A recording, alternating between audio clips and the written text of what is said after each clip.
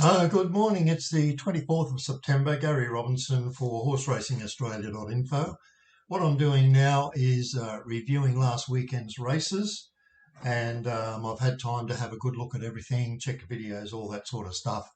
And I'm going to do it in two lots. I'm going to do Randwick in this video, and then following that I'll do the Caulfield one in a separate video. So if you subscribe to YouTube, you'll get notified of both. So let's click on here.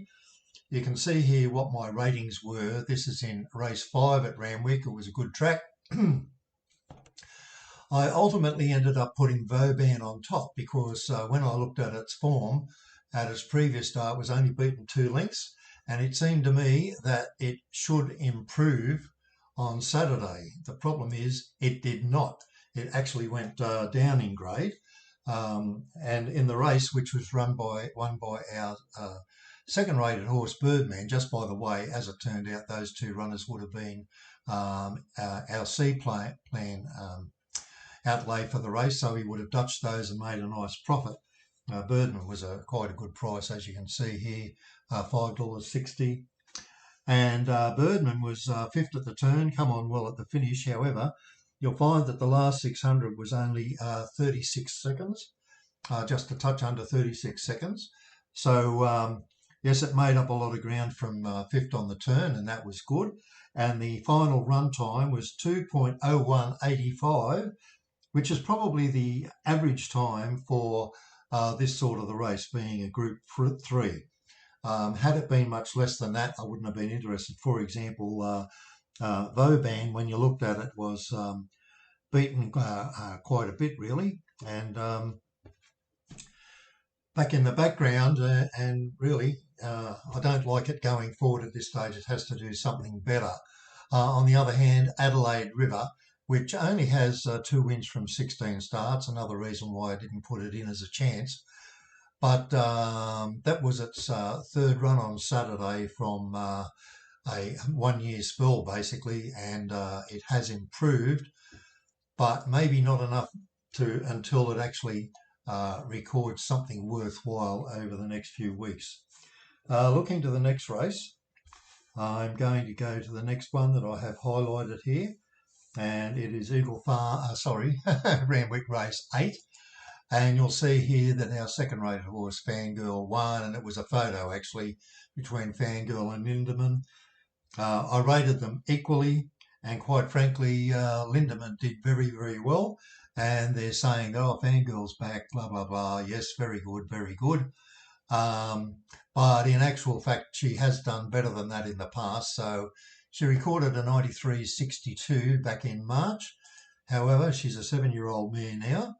And for this particular race, the time run was 1:34.3, and she only just got there. So basically, she's probably about 5 lengths off where she was at her best back in April.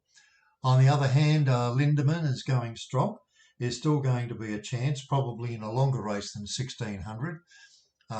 Held it together for quite a long time, only just got popped, unfortunately. But once again, that was a C-plan race for us. So we wouldn't have made a fortune out of it, but we would have made probably about 40% on our investment. So that's all good too. And the last race we're looking at today is race 9. And the reason we're looking at this one is because Private Harry finished down the track and beaten a fair way. So the bubble has basically burst with Private Harry. The interesting thing is the times in his races, like he recorded a rating of 64.2, wasn't beaten, but then you've got to, it was a Group 1, but then you've got to ask about how is the quality of that particular race. Recorded a 64.2, and that's in a race where it's only 1,100 metres. This was 1,100 metres, and it couldn't even track out in that. So I'm writing Private Harry off. He can win some races, but our top two, which ran first and second, Briassa and Jolly Star in particular, you virtually would not believe how fast she ran, because the last 600, 33.46, is not that horse's last 600. It's the last 600 of the horse that was leading at the 600, to the winner at the end. So obviously she ran much faster than that and really overhauled them. Briassa was quite good though, and should be competitive in this sort of race. So that is the Randwick review, and you can see what I'm thinking about looking forward.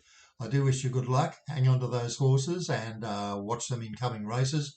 I'll be rating them, of course, but now you know which ones to look out for in advance and which ones are lagging behind.